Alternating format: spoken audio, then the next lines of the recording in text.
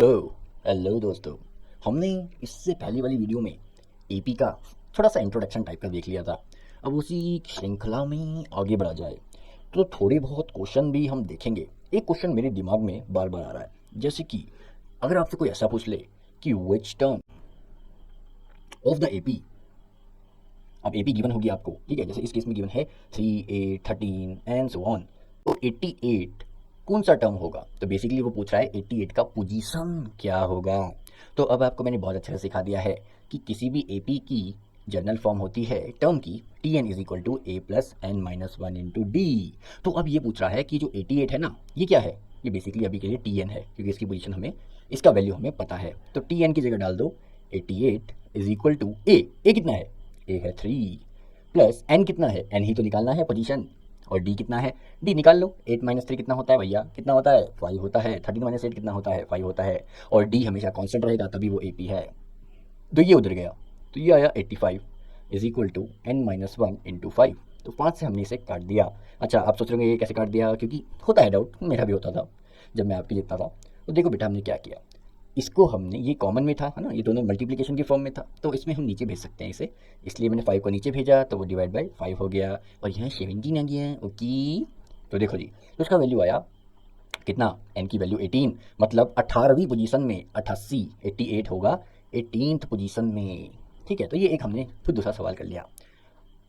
ठीक है, अब आगे बढ़ते हैं। अब देखो जी, ऐसा भी क्वेश्चन आ सकता है कि भैया एक एपी है, जैसे कि एपी मान लेते हैं। तो देखो जी, एक क्वेश्चन ये देखते हैं, पर ये क्वेश्चन नहीं, बेसिकली मैं कॉन्सेप्ट समझाने के लिए बताऊंगा। फाइंड द एट्थ टर्म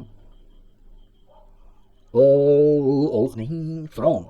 देखो जी, बड़ा अजीब सा क्वेश्चन है, from the end of the AP.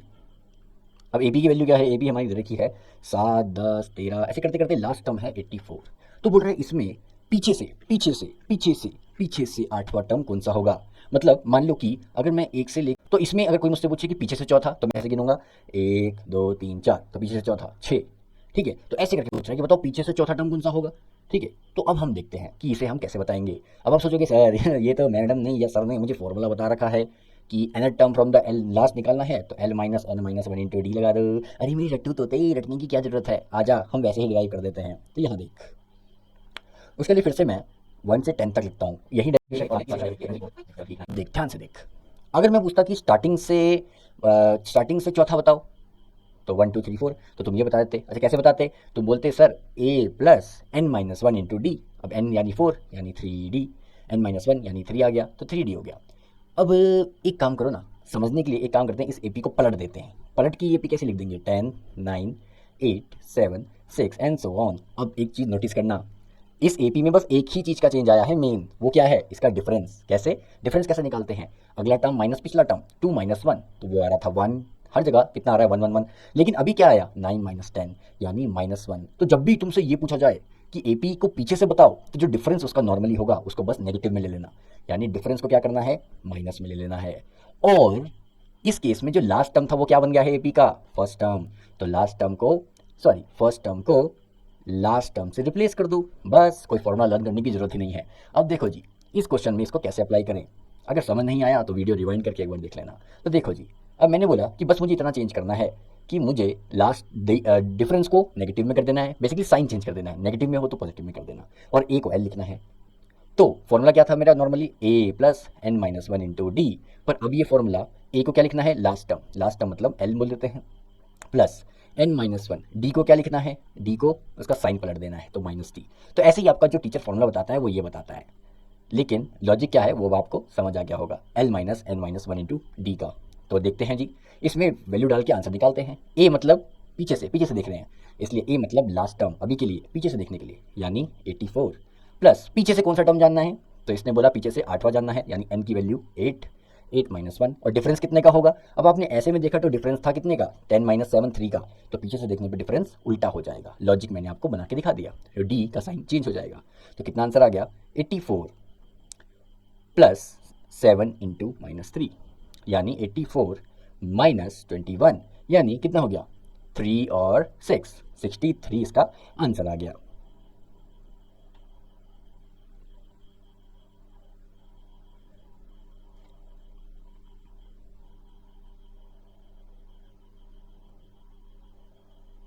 ठीक है, अब आगे बढ़ते हैं।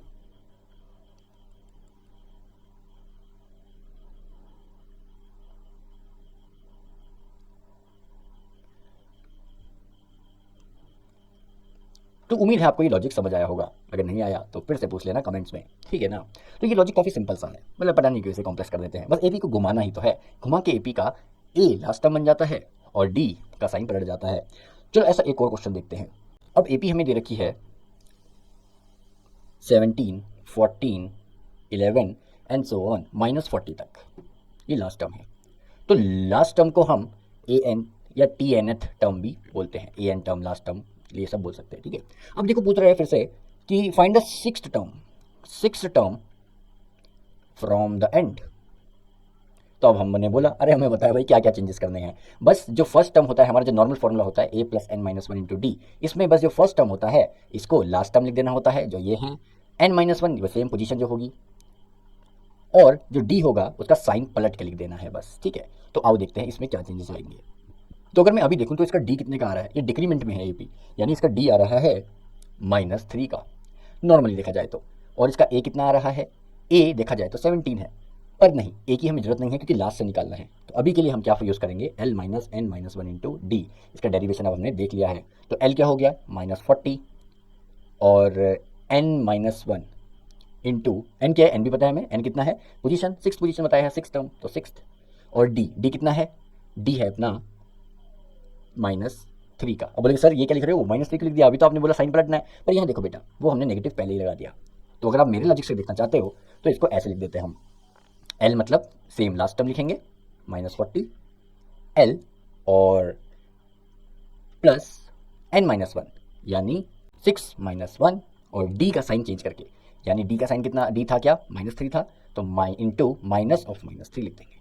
तो ये लिखो इसके हिसाब से, या ये लिखो इसके हिसाब से, दोनों बातें सेम है, क्योंकि ये फॉर्मूले में बस साइन चेंज करके उसने पहले ही दे दिया है। तो थोड़ा सा मैं डीपली इसलिए समझा रहा हूँ ताकि आप कभी फंसो ना क्वेश्चन में, ठीक है। तो दोनों के आंसर तरीके से सेम ही आएंगे, ठीक है, क्योंकि माइनस माइनस क्या हो जाएगा, कट जाएगा, यहाँ पे भी माइनस माइनस कट के प्लस हो जाएगा। तो निकाल लेते हैं इसका आंसर। तो -40 और 6 -1 होता है 5, तो 5 3 15, तो -40 + 15, ठीक है। तो इसका आंसर निकल जाएगा, क्या आएगा भाई, कितना होता है -40 + 15, बताओ बताओ बताओ, कमेंट कर देना। बहुत हार्ड क्वेश्चन दे दिया है मैंने, ठीक है। आगे बढ़ते हैं, जूम, और कोई क्वेश्चन देखता हूँ मैं अच्छा सा। अब देखो एक ओजी को टाइप का क्वेश्चन है जो हर बार 1-2 नंबर का आ जाता है बोर्ड्स में। तो उसमें वो बोलता है, वो 3 टर्म्स हमें दे देता है वेरिएबल के टर्म्स में, यानी 2p - 1, तो ये 3 टर्म्स एपी में है, ऐसा बता रहा है कि 2p - 1 एक ये टर्म है, 3p + 1 एक ये टर्म है, और 11 एक ये। तो ये 3 टर्म्स एपी में है, इसने बोल दिया, बोला है कि बताओ फिर ये नंबर क्या है असली में नंबर्स क्या है, मतलब पी का वैल्यू बेसिकली फाइंड करने के लिए बोल रहा है। तो अगर आपको याद होगा पहले ही वीडियो में मैंने बोला था कि कुछ भी हो जाए अगर ये एपी में है तो इनका डिफरेंस सेम रहेगा हमेशा हमेशा हमेशा। तो मतलब डिफरेंस सेम कैसे, कि अगला टर्म माइनस पिछला टर्म करने पे सेम वैल्यू आएगा। तो इसके लिए अगला टर्म कौन है, ये रहा अगला टर्म माइनस पिछला टर्म करो, तो यानी 3p + 1, पिछला कौन सा है 2p - 1, तो अगला माइनस पिछला किया हमने,